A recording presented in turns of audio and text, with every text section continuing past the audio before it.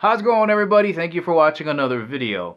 I'm continuously impressed with just how fast technology gets better, faster, and cheaper. And the benefit to us is we can pick up the previous versions for a really great deal.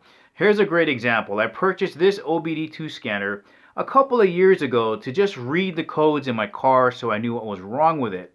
Now, for the same price, you can pick up this version from Creader or Creader, the 3001, for just about the same price as this. But with this, you get a lot more information that you can use to help diagnose the problems in your car. Let's have a look.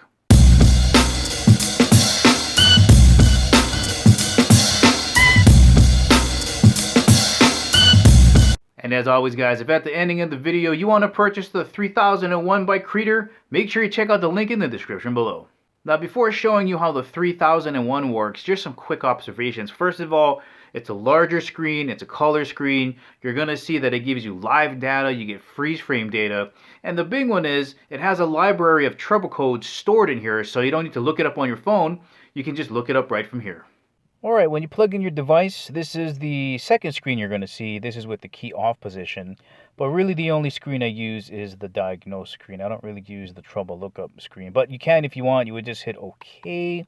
And then let's say you wanted to check out the code that I had, right? The lean code. You just kind of move over, and go maybe like 1, move over 7, skip, and 1. And then hit OK. And it would tell you exactly what that is. I would still need more information than that, but if you wanted to, you could look it up on this device.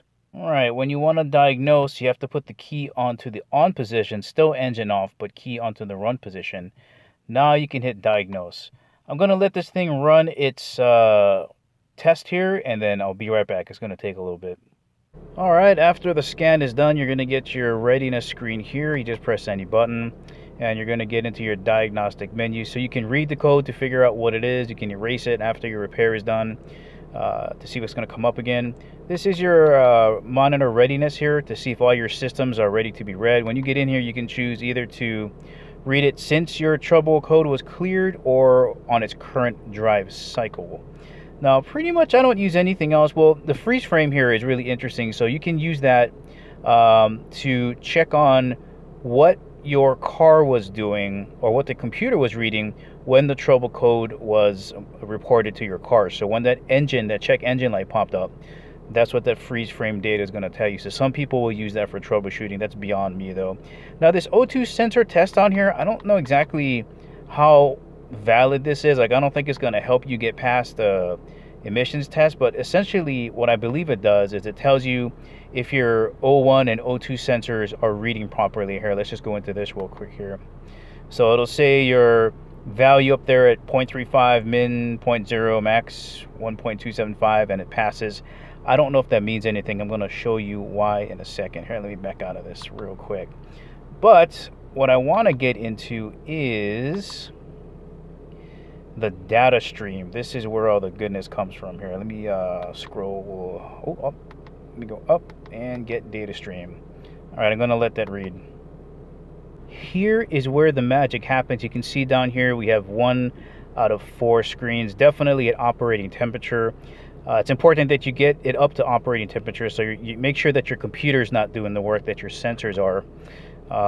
That's a difference between open and closed, so I'm definitely on a closed loop right now. Scroll down to the next screen here. Right, short-term and long-term fuel. This is really important information. Before I did my fuel injector replacement, my long-term fuel trim was almost at 39%. I had to troubleshoot a little bit, figured out, well, kind of theorized that it was a fuel delivery issue. Now it's down to 12.5, still a little bit high, should be either plus 10 or minus 10.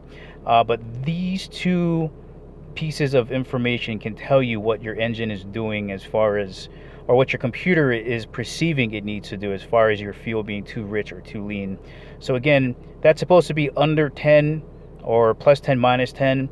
This is actually doing pretty good right now, but I'm at idle, so that could be pretty good. Let's keep scrolling down here.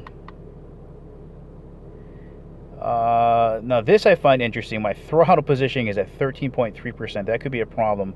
I don't think it's supposed to be that high. I'm pretty sure it's supposed to be a lot lower than that, so I'm going to have a look at that. That could be another issue. as to why my engine's acting a little bit crazy. But that's why this tool is so important.